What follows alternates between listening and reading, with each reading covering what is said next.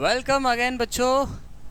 इस वीडियो में मैं आपको क्लास 10th का पहला चैप्टर रियल नंबर्स। अब आपके मन में ये आ रहा हो सर रियल नंबर्स तो आप पढ़ा चुके, तो आप इस बात को समझ लो कि मैंने रियल नंबर्स के बारे में पढ़ाया है, बट नंबर सिस्टम पढ़ाया, यानी नंबर्स के बारे में मैंने आपको बताया है, रियल नंबर तक बताया है। ठीक है, तो इस वीडियो में हम क्या पढ़ने जा रहे हैं? भाई हवा नहीं आ रही। हाँ, इस वीडियो में हम पढ़ने जा रहे हैं जो क्लास 10th का पहला चैप्टर है, उसको पढ़ने जा रहे हैं। ठीक है, तो पहले चैप्टर की एक्सरसाइज मैं नहीं कराऊंगा अभी, उसके बाद कराऊंगा जब मैं पूरे कॉन्सेप्ट आपको क्लियर कर दूंगा। असली पढ़ने का मतलब ये है, भले ही तुम रट के 100 में से 100 नंबर ला दो, इसका कोई मतलब नहीं है, इस बात को समझ लो। ठीक है, इसलिए समझना बहुत ज़्यादा, आप समझकर चीज़ों को डिफाइन करके आप माइंड में मतलब समझ के मैथमेटिक्स को समझकर अगर आप 80 नंबर भी लाते हैं 100 में से तो एनफ है। ठीक है, इस बात को समझ लो, समझना बहुत ज़रूरी है। मैथमेटिक्स पूरी लाइफ में बहुत काम आता है, इवन वो नौकरी में ही नहीं, आपकी डेली लाइफ में, आपके जीवन में हर तरह से काम देता है, और दिमाग को संतुलन बनाने में भी बहुत सहायक है दिमाग का संतुलन। ठीक है, चलो, तो ज़्यादा कुछ नहीं कहूँगा, बीच बीच में आपके पास मोटिवेशनल थॉट्स पहुँचाता रहूँगा। तो चैप्टर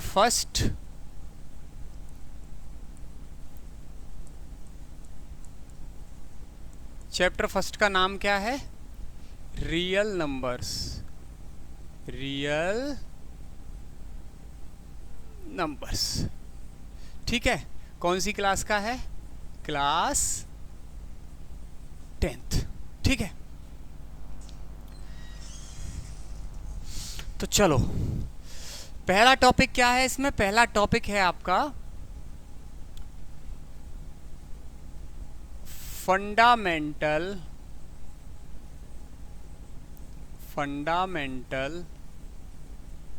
थ्योरम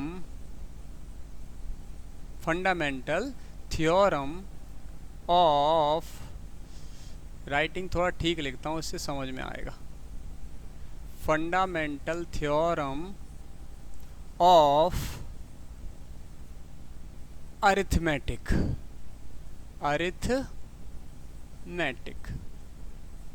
ठीक है, इसको हम पढ़ते हैं, फंडामेंटल थ्योरम ऑफ अरिथमेटिक। इसको शॉर्टकट में बोलते हैं FTA। क्या बोलते हैं हम इसको? शॉर्टकट में बोलते हैं FTA। ठीक है, तो देखो, आपको ये अच्छे से मैं बता चुका हूँ, क्लासेस में भी बता चुका हूँ कि थ्योरम और एक्सियम में क्या फ़र्क होता है। तो यहाँ पे अगर थ्योरम की बात आई है तो 100% इसका कोई ना कोई प्रूफ होगा, है ना? तो इसका स्टेटमेंट क्या है, पहले इसके बारे में हम जान लेते हैं कि ये थ्योरम कहती क्या है। देखो, मैं डायरेक्ट एक्सरसाइज इसलिए नहीं कराता हूँ, आप अभी नहीं समझ रहे हैं कि इसकी कीमत क्या है, कि मैं ऐसा क्यों कराता हूँ। इसकी कीमत आपको तब समझ में आएगी जब आगे आप कोई भी एग्ज़ाम देंगे, JEE नीट वगैरह, ये सब। नीट तो चलो बायोलॉजी से है, यानी JEE एडवांस वगैरह, इन सब का IIT वगैरह का पेपर दोगे, तब समझ में आएगा इसकी कीमत क्या है, कि स्टेटमेंट की कीमत क्या है। ठीक है, और कोई भी ध्यान रखो, ये जो रीज़न और एसर्शन वाले जो क्वेश्चन होते हैं, जब तक आप चैप्टर को ब्रीफ में नहीं पढ़ोगे, अच्छे से नहीं पढ़ोगे, आपको ये क्वेश्चन समझ में बिल्कुल नहीं आएंगे कि स्टेटमेंट ट्रू है या फिर रीज़न ट्रू है, यानी एसर्शन ट्रू है या रीज़न ट्रू है, रीज़न एसर्शन का सही एक्सप्लेनेशन कर भी पा रहा है कि नहीं कर पा रहा है। तो ये सब तभी आपको समझ में आएगा। ठीक है, अभी नहीं समझ में आ रहा हो, अभी आपको बहुत हंसी आ रही होगी, अभी आपको कुछ ऐसा लग रहा हो कि बहुत बोरिंग हो रहा है, इसकी कीमत आपको बाद में समझ में आएगी जब आप आफ्टर 12th कोई एग्ज़ाम देने जाएंगे तब। ठीक है, चलो, तो स्टेटमेंट इसका कहता है every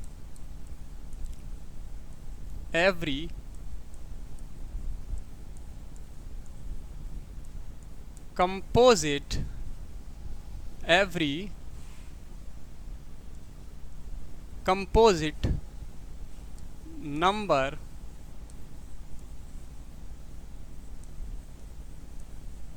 can be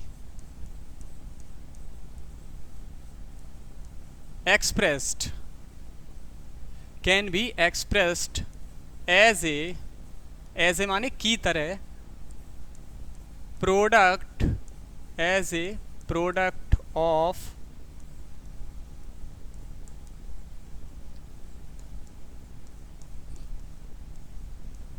prime factors. Prime factor समझो कि every composite number, composite number क्या होती है पिछले वीडियो में जाके देख लो, जिसके 2 से ज्यादा फैक्टर होते हैं।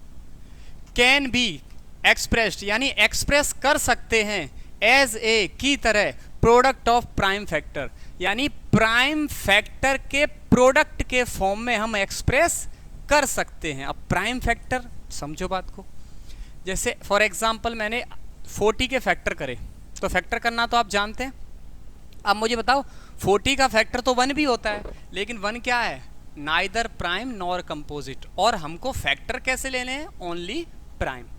तो एक के बाद प्राइम कौन है, 2। क्या 2 का यहाँ जा रहा है, 2 का डिवाइड जा रहा है, यस जा रहा है।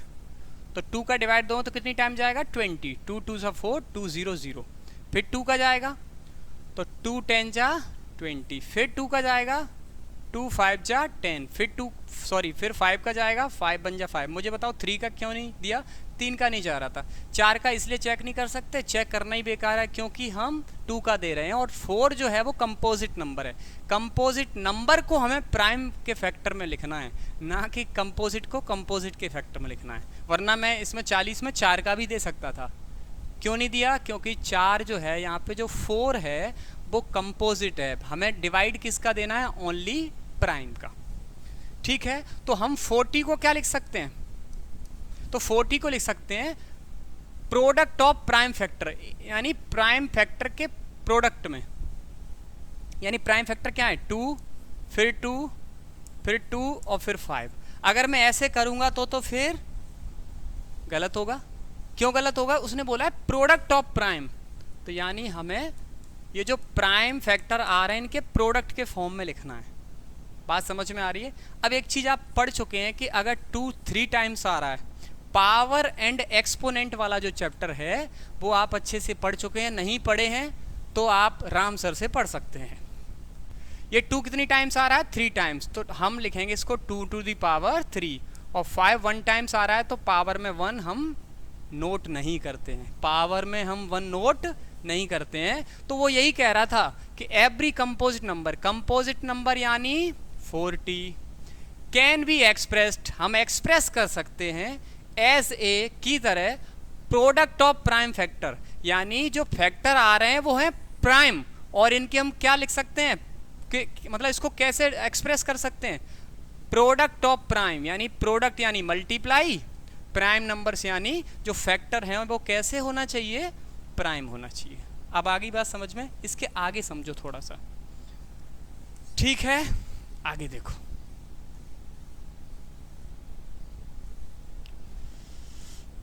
सही से वर्क नहीं कर रहा है, क्या दिक्कत है, सही है। एंड इसके आगे देखो, एंड दिस फैक्टराइजेशन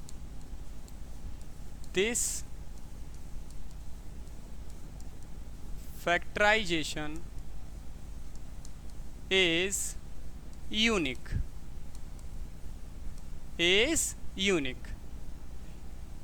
except छोड़कर, except order of the factors, ठीक है। एक्सेप्ट यानी छोड़कर, ऑर्डर्स ऑफ द फैक्टर, यानी जो फैक्टर का ऑर्डर है अगर उसको छोड़ दिया है। ऑर्डर का मतलब है कि मैंने यहाँ पे लिखा था अभी 40 का 40 का 2 टू द पावर 3 इंटू 5, तो क्या मैं ऐसे नहीं लिख सकता 5 इंटू 2 टू द पावर 3, तो अगर ऑर्डर को अगर छोड़ दिया जाए, ऑर्डर अलग अलग यहां पर है, ऑर्डर को अगर छोड़ दिया जाए तो बाकी का जितना भी प्राइम फैक्टराइजेशन है वो यूनिक रहेगा। और यूनिक का मतलब होता है कि इस जैसा कोई और फैक्टराइजेशन नहीं हो सकता। कहने का मतलब ये है कि अगर मैंने 40 के फैक्टर में 2 टू दी पावर 3 और 5 आ रहे हैं, तो ऐसा नहीं हो सकता कि 40 के मैं दोबारा से फैक्टर करूं और आ जाए 4 इंटू 10, ऐसा नहीं हो सकता। ठीक है, क्योंकि पहली बात तो ये कंपोजिट है, प्राइम भी नहीं आ सकते। ये फैक्टराइजेशन यूनिक रहेगा, बशर्ते ऑर्डर चेंज हो सकता है। समझ में आई? 5 पहले लिख दो, 2 बाद में। अब 2 3 5 आ रहे हैं तो उसको 2 पहले लिख दो, फिर 5 लिख दो, फिर 3 लिख दो। 2 आ रहा है तो 2 पहले लिख दो, 3 लिख दो, फिर 5। ऐसे करके ऑर्डर चेंज हो सकता है, लेकिन प्राइम फैक्टराइजेशन चेंज नहीं हो सकता। वो कैसा रहेगा? यूनिक। कैसा रहेगा बच्चा? यूनिक। ठीक है, ओके। एग्जाम्पल देख लो आप। एग्जाम्पल हमने लिया, फॉर एग्जाम्पल एग्जाम्पल हम ले रहे हैं 96 का, है ना। तो 96 कैसा नंबर है पहले तो ये जान लो। तो ये है आपका कंपोजिट नंबर। क्यों है? क्योंकि इसके 2 से ज़्यादा फैक्टर हैं। अब इस 96 को हम प्राइम फैक्टराइजेशन के प्रोडक्ट के फॉर्म में लिख सकते हैं। कैसे? 96 के यहाँ पे कर लो फैक्टर। ठीक है, फैक्टर करो। पहले 2 का देंगे तो 48, 2 4 जा 8, या कैरी 1, 16 हो गया, 2 8 जा 16। फिर 2 का देंगे, 2 2 जा 4, 2 4 जा 8। फिर 2 का जा रहा है तो 2 1 जा 2, 2 2 जा 4। फिर 2 का जा रहा है, 2 6 जा 12। फिर 2 का जा रहा है, 2 3 जा 6। फिर 3 का जा रहा है, 3 1 जा। ठीक है, अब ये डिवाइड देना मैं नहीं सिखाऊंगा, डिवाइड देना आपको सीखना पड़ेगा। नहीं जाता है तो किस में किसका डिवाइड जाता है, क्या रूल्स रहते हैं, ये आप राम सर से पढ़िए। ठीक है, चलो अब मुझे बताओ, एक तरीका लिखने का क्या है? 2 इंटू 2, यानी 2 कितनी टाइम्स आ रहा है? 1 2 3 4 5। तो 2 इंटू 2 इंटू 2 इंटू 2, और 3 कितनी टाइम्स आ रहा है? 3 बार। तो एक तो तरीका है आपका ये। अब ये बताओ, जैसे 2 मान लो, अभी तो यहाँ 4 5 बार आ रहा है, 4 या 5 टाइम्स आ रहा है, अभी यहाँ आए 15 20 बार, तो इतना थोड़ी लिखोगे। तो क्या है बेहतर? पावर एंड एक्सपोनेंट्स का यूज करना है। जो पहला रूल है, वो पहला रूल क्या है, इसको और करके हम लिख सकते हैं कि 2 कितनी टाइम्स आ रहा है? 1 2 3 4 5। तो हम 2 की पावर कितना कर देंगे? 5।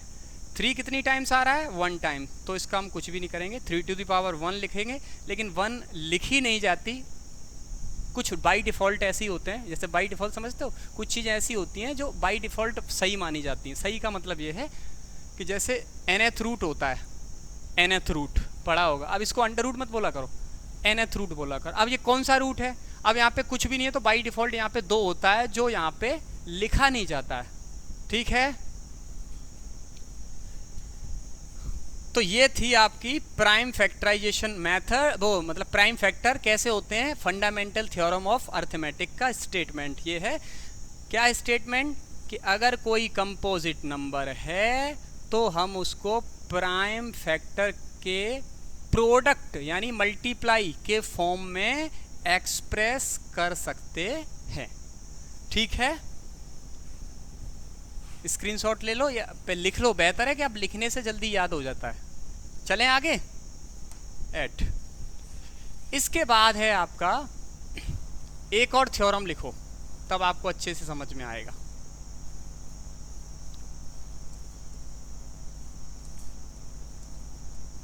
थ्योरम देखो, एक थ्योरम और है। थ्योरम ये है कि let P be a prime number. P कोई प्राइम नंबर है, ठीक है। P कोई प्राइम नंबर है, प्राइम नंबर जिसके सिर्फ 2 ही फैक्टर हों। Let P be a prime number if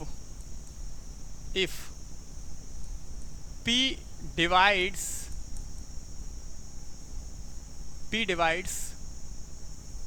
a square, then P also divides A where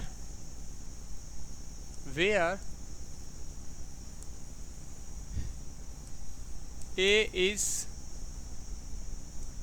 positive integer. देखो क्या कहती है, देखो मैं थ्योरम प्रूव कराऊंगा तो बहुत टाइम लगेगा, क्वालिटी कैसी हो रही है ना, ये थ्योरम जैसे प्रूव कराऊंगा बहुत टाइम लगेगा, और थ्योरम ये वाली प्रूव करने को नहीं आती कहीं भी, ठीक है, आ जाएगी तो भी कोई दिक्कत नहीं, आप आराम से प्रूव कर लेंगे, बशर्ते मैं इसके बारे में ब्रीफ नॉलेज दूंगा तो, ठीक है। देखो कैसे, इसमें लगा P कोई प्राइम नंबर है, तो कोई भी एक प्राइम नंबर दो, तो बोला सर आप प्राइम नंबर ले लो 2 ही ले लेते हैं। अब एक S अगर P है वो A स्क्वायर को डिवाइड कर रही है, A कोई पॉजिटिव इंटीजर है, एक पॉजिटिव इंटीजर ऐसा लो जिसके स्क्वायर में 2 का डिवाइड जाए, हमारी बात को समझना। P जो है एक प्राइम नंबर है, A कोई पॉजिटिव इंटीजर है, ये मुझे लगता है किताब में जब पीछे से देते ना तो ये बेहतर है कि इसको ना आगे लिखना चाहिए, A इज पॉजिटिव इंटीजर, तो ज़्यादा अच्छा समझ में आएगा मेरे हिसाब से, है ना। ये किताब में जो है पीछे दे देते हैं, इसलिए इसको मैं थोड़ा बदल के लिख रहा हूँ ऐसे करके। P भी a prime number and A is अ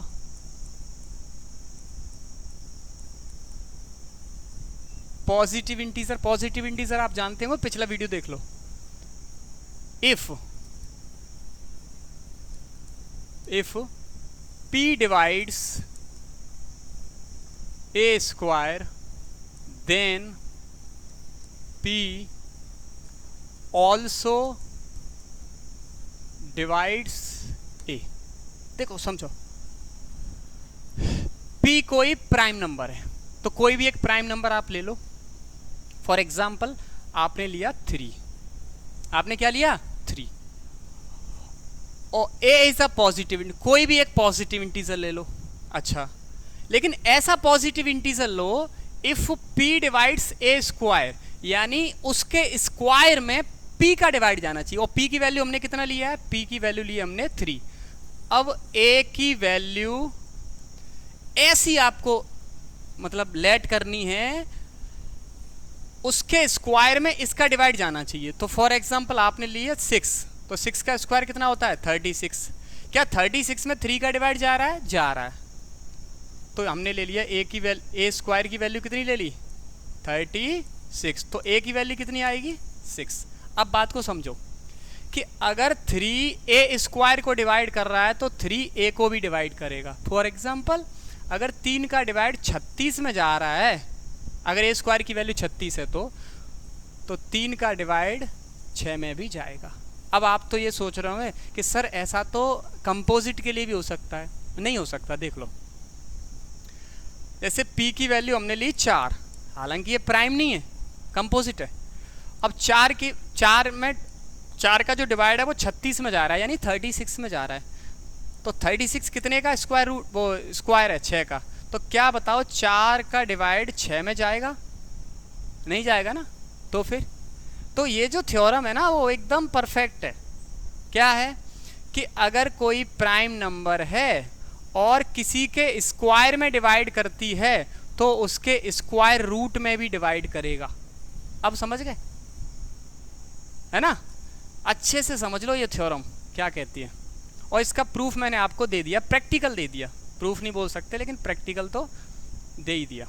देखो समझो, P कोई प्राइम नंबर है, आप बताओ कोई प्राइम नंबर अपने मन से, तो आपने ले ली 2, नहीं 2 मत लो, थोड़ा ऐसी लो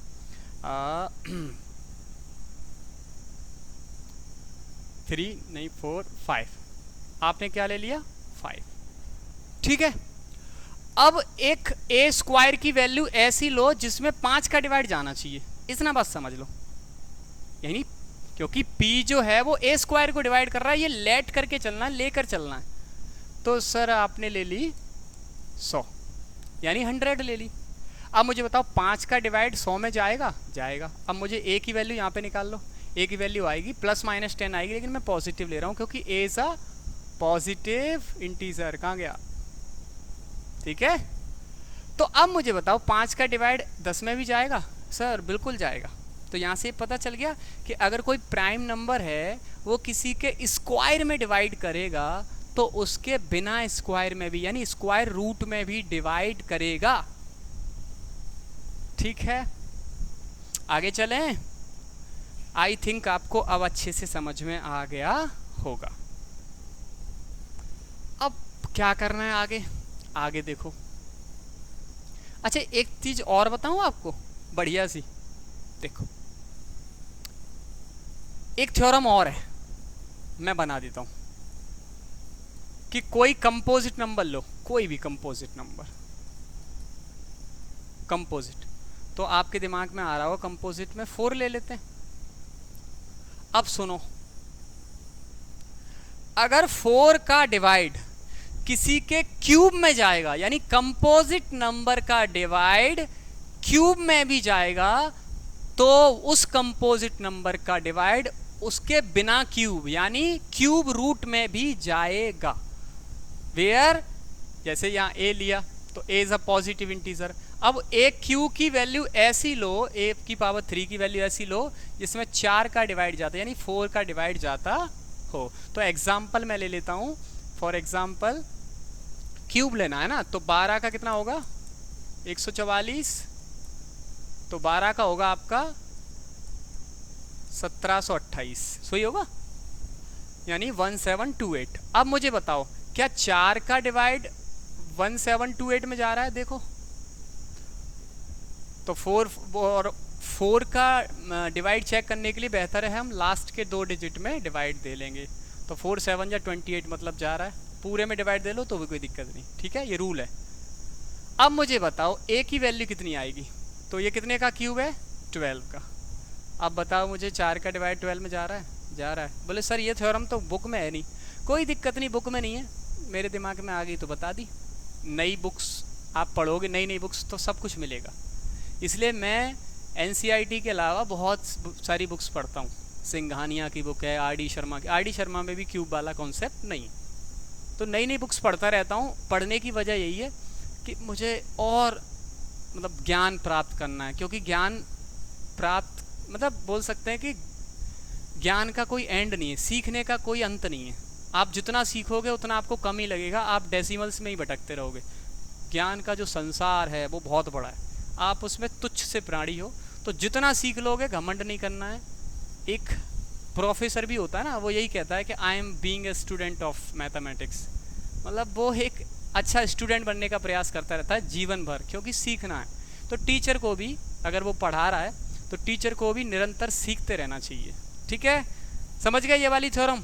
थ्योरम क्या थी? थ्योरम ये थी कि अगर कोई कंपोजिट नंबर का डिवाइड किसी पॉजिटिव इंटीजर के क्यूब में जा रहा है तो उस कंपोजिट नंबर का डिवाइड उसके क्यूब रूट में भी जाएगा, उसके बिना क्यूब में भी जाएगा। ठीक है, आगे चले। चलिए, इसके बाद हम पढ़ेंगे कि फाइंड। अच्छा, ये क्या था? जैसे मैंने 40 के फैक्टर किए थे 2 की पावर 3 इंटू 5, ऐसे हमने 96 के फैक्टर किए थे 2 टू द पावर 5 इंटू 3। तो ये सब क्या था? ये सब यही तो था, prime factor of composite numbers, है ना, prime factor of composite number. तो ये प्राइम फैक्टराइजेशन मेथड से तो लिखेंगे हम फाइंड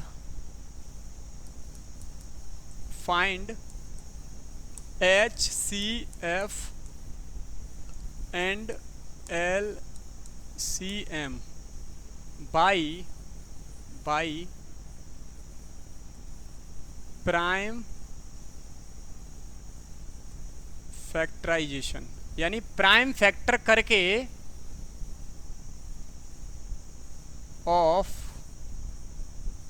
2 और मोर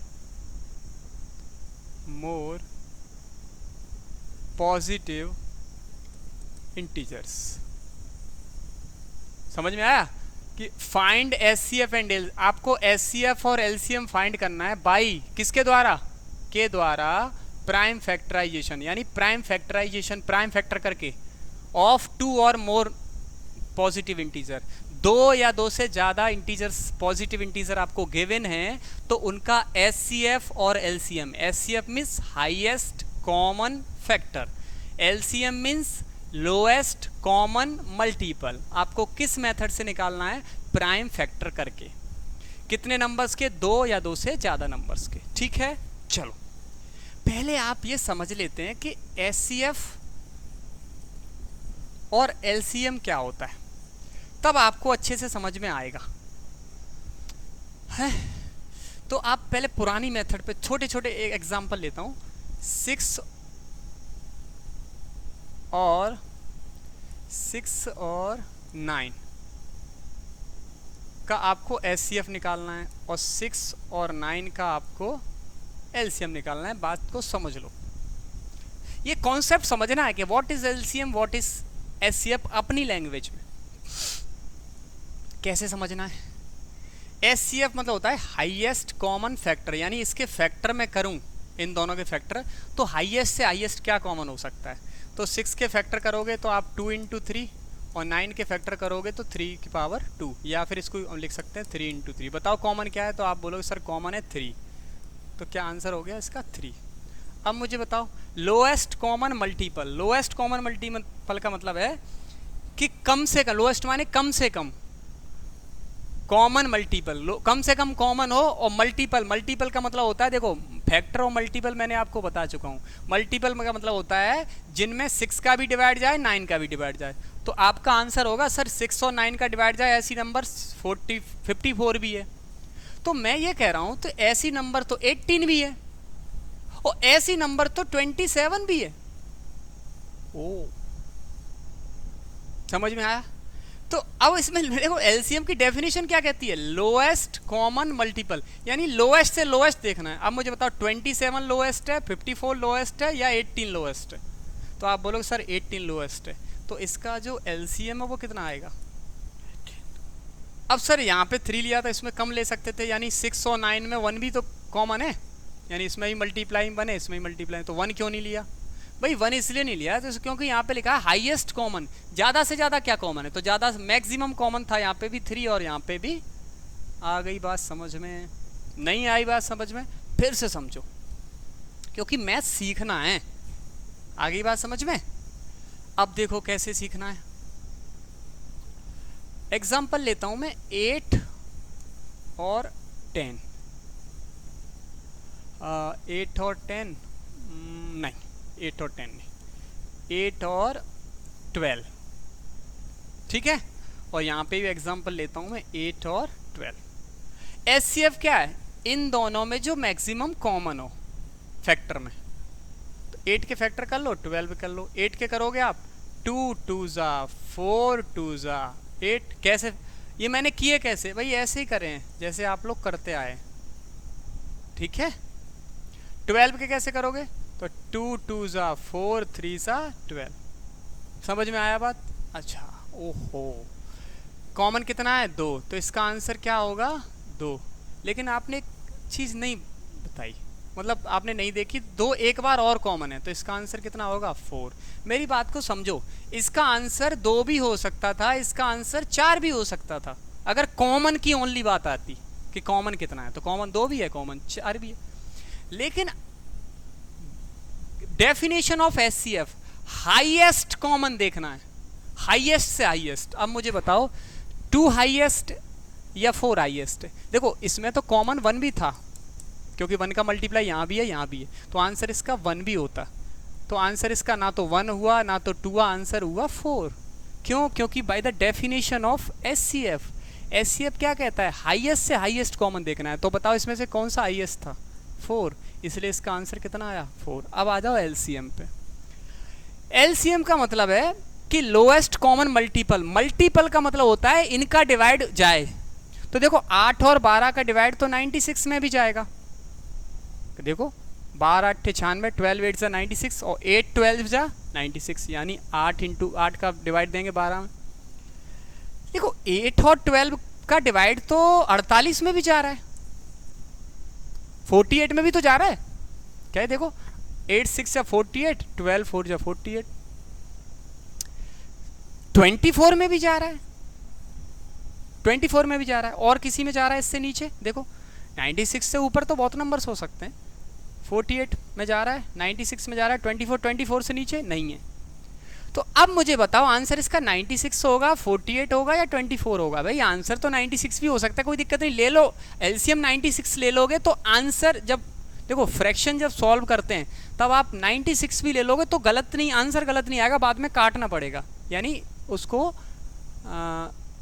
हल्का करना पड़ेगा। जैसे आंसर आ सकता है आपका 20/30, तो आपको 0 0 ऐसे करके लास्ट में जाके काटना पड़ेगा। या फिर आ जाए आंसर 20/22, वो 20/25, तो काटना पड़े 5 4 जा 5 5 जा।